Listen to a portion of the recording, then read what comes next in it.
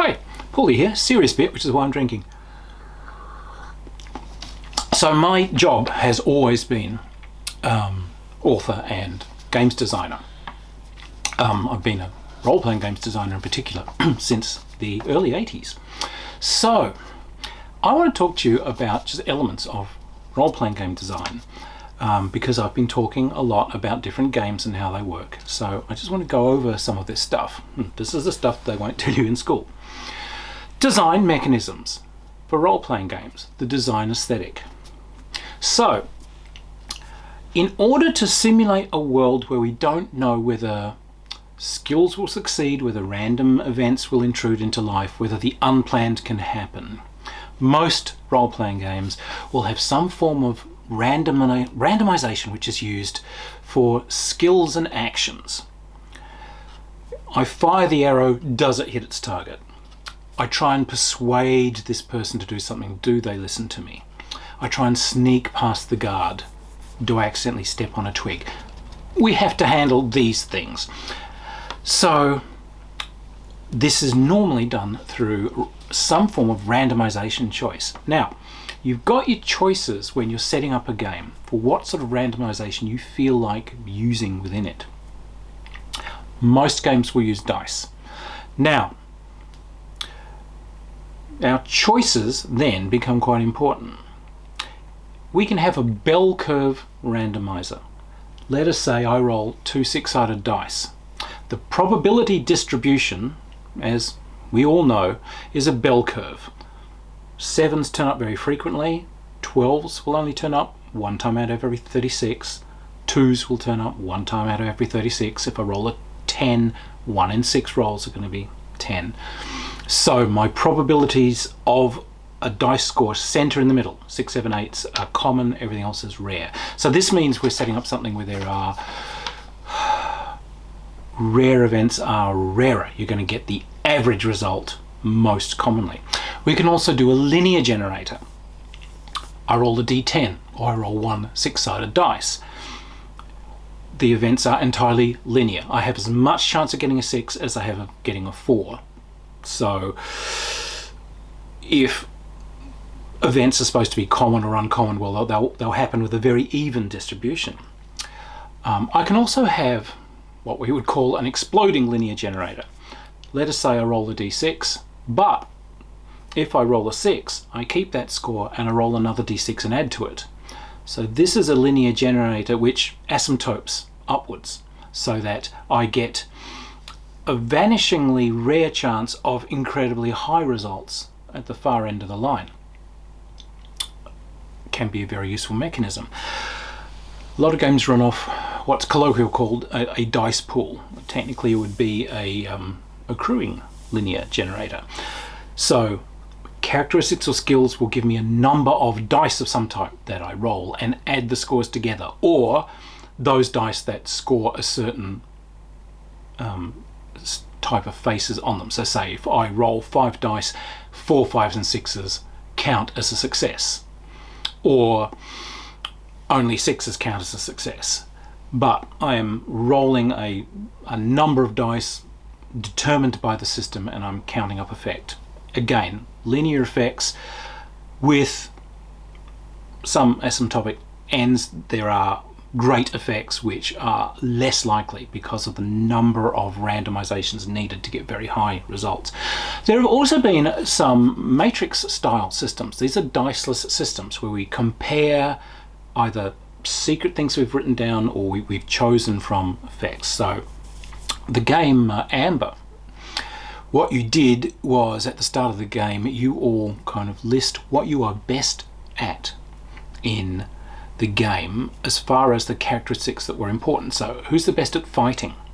Who's the best at generalship? Who's the best at court intrigue? Who's the best at all these things? And if you ran up against someone who was higher ranked than you, they win. They're better at it than you are. But sometimes you didn't know who had what. So we've also got things like card decks. So let's say I had a normal 52 card deck. I would call that a linear generator. Okay, if I just draw a random card out of there, I've got 52 different choices. However, if I do not replace that card and begin to draw, due to the magic of card counting, if I draw a king, I now know there's only 3 kings left in the deck, etc., etc. So it's a diminishing probability draw. I know that certain things have already come out, so that likely results in the remaining deck, I can start to predict that a little bit. Subtler system. So we have these choices when we're setting up randomization, and these are all going to flavor the game. And this depends on the immersion, and it depends on the simulation. There are some games that have what I would call sort of a beautiful echo, something that in that system really makes the setting come to life. So for instance, there's a beautiful Taoist Chinese martial arts game where you're rolling 2d10, and if your scores on both dice equal, the tower is in balance, so you get, this is where your critical hits and your extra effects come from. That's a sweet little thing. You could have a card game, for instance, as part of your generation, where when certain things come out you almost collect suits, like, you know, whist or something like that. That might be quite good for an 18th century style simulation. So these are all things that help in essentially the genre immersion. A lot of old games you had to refer to charts for effects. Now this was common in the 70s because wargaming was a big influence, and a lot of board war games particularly worked off a combat result chart, the CRT, comedy result chart. No one minded rolling a dice and then opening a piece of paper and cross-indexing to see what the effects were. This has fallen out of vogue. People do not kind of grow up in an environment of playing that particular sort of game. So nowadays people prefer the results to come from the dice on the table or the cards on the table. No cross-reference. It doesn't mean that chart referencing is a weak system. It can be quite subtle and it can provide a lot of really good results. But you have a little bit of battle for audience acceptance. People do want the simplicity of results, bonk, there on the table from a roll. So, an aesthetic choice by you. So, all games run off risk and reward. I take a risk to get a reward, and this is where a lot of role-playing games can fail. Yes, the skills, you're taking a risk to see if they come through, but you can actually put a lot more gamesmanship into these things by increasing the stakes. So I've looked at some games previously where you can take a chance to make a skill work. If you make a high roll, the skill just works, but if you make something in the middle area, the umpire will present you with a choice. It works, but you have to make a decision, and that decision will include a cost. I want to sneak into my school class without being noticed. I'm late for school. All right, you get this kind of middle band of the roll, which isn't a total success. It's right. The teacher hasn't noticed, but the nasty girl that doesn't like you, she's up the back, she's like cleaning erasers or something. She'll notice. Do you still want to go in? You know, your choice now is to make the risk reward. So these kind of mechanisms are quite nice. They put a little bit more bite into the actual playing. Resource management. A good game has some kind of resource management. Now, classically, say in Dungeons and Dragons, you were managing hit points. Hit points is a level of how much damage you can take before you die. So you're looking, as you go deeper into an adventure, do I withdraw? Do we leave now, cut our losses, literally, and just go? Come back and hope that this place hasn't been repopulated by horrible things, or that the alarm hasn't sounded. And again, risk reward. We could go on, but we might take more damage than I can handle, and that's it, dead, over. Or come back. But the risk is that there may be unforeseen elements will come in. Also, spells. I only have a set amount of spells that I can use in a day, and these are resources that I have to use wisely. So that was very elemental, and that has withstood the test of time. There are also some interesting games which have resources such as in war games there's some good ones where you'll get attention. This general has to manage his attention. He can only micromanage so many things. So it's better if he has subordinates, because he just tells a subordinate to do something. So you might have attention points that can do this. There's also some cute little games where traveling will utilize food and water and endurance and so on, so you'll have to manage your resources for those. And also there's been some nice journeying kind of games where the party resources have to be managed. Some people are pathfinders, some people are on lookout, some people are the ones that will be foraging and cooking, and some people are casting magic to help you. You actually have to manage the jobs and so on. Resource management is a very important part of keeping your game going if you're trying to design things. Now there's also an interesting thing that is very seldom used: stressor mechanics. Very few games use it. Let us say that we have a Conan style game. The Conan role-playing game that came out recently has this. It has doom points. So you have entered this area, it is accursed. There is essentially a mechanic that comes in, a doom point goes on the board, and this starts affecting everyone's rolls. There's a sense of foreboding. There is actually a curse on the place, and this will build and this will build. So if you cost players dice rolls, if you hit them in the numbers, they care. If you just wave your hands and describe, they might not buy into it, but oh, they love their numbers. So stressor mechanics, very good. A typical stressor mechanic that you might get is things like fatigue and so on. As people fight and so on, they'll build up fatigue and must rest. Morale, but it's an oft unexplored area which does deserve, if you are going to do a game design, do have a little think about stressor mechanics. They can enrich things, and they can be quite simple.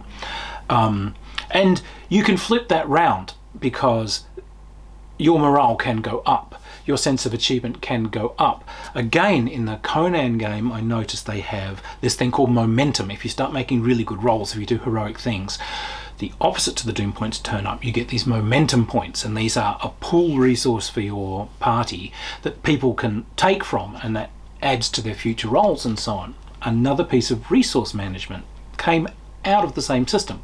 Good design. Benefit resources, they're great. So what you're doing with all of these elements is you are attempting to put something together that achieves a level of simulative depth that you want for your game. The simulative depth thing is important, but a big question is, how deep do you go? Dungeons and Dragons is pretty damn simple. You have hit points. Armor is completely abstracted to, it just takes off a general roll to hit, because I believe things are just glistening off and so forth. RuneQuest, when that came out, it decided it wanted more simulative depth in the fighting. So it brought in hit locations, and it decided it would have armor that absorbed damage from hits and so on. So a slower system, because it has more detail in it, but it has more simulative depth. And that's what they wanted to achieve, and that's what they did achieve. It can go too far, so I feel the Rollmaster stuff, its simulative depth was to have hundreds of differences between millions of different weapon types. Every curved dagger was different from straight daggers, is different from slightly wobbly daggers. So many different armor types, and you had to look on charts to find the effect of one against another. That was their choice to go for the ultimate depth, and some people really enjoyed that system. I have to say the gameplay for it is shockingly slow to my experience. So wouldn't be my choice, because the flow of play is interrupted by that attempt to really push that simulative depth. But the style of randomizers, the style of resource management, the style of stressor mechanics and benefit mechanics you do should be tailored towards the genre and the feel. What is actually the experience? Every single role-playing session, and therefore every single game that is the engine that's driving that session, is trying to take your characters on an emotional journey through a fantasy landscape. Your game engine. These are the bits that actually make it run. Those are the guidelines that are going to take that journey onwards. They are what are going to lead people on. So have a big think about, are my mechanics too difficult? Are they too deep a simulation? Is it going to slow down play? Are they fiddly? But most of all, do they somehow echo the genre that I'm trying to do? Do they have a little extra bit of fun to them? That little bit of tinsel, like that Taoist when all is in balance characteristic, that can be rather a sweet thing. These are the things that you really should bear in mind as you're doing your design. Have a big think about it. Now, there are lots of different systems out there.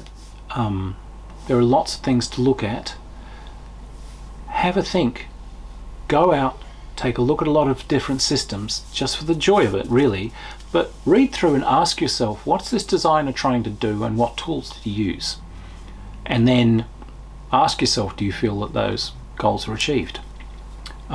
If you are going to design anything, become an expert on what you're designing and take a look at some of the very clever ways that other people have been exploring the genre. There's some really good designers out there. There's some guys and gals out there that I admire a lot. Love the work everyone's doing at the moment, and yeah, the way is forward. Hope you guys go out there and design some games and have some fun with it and have some friends that just have a ball. Cheers!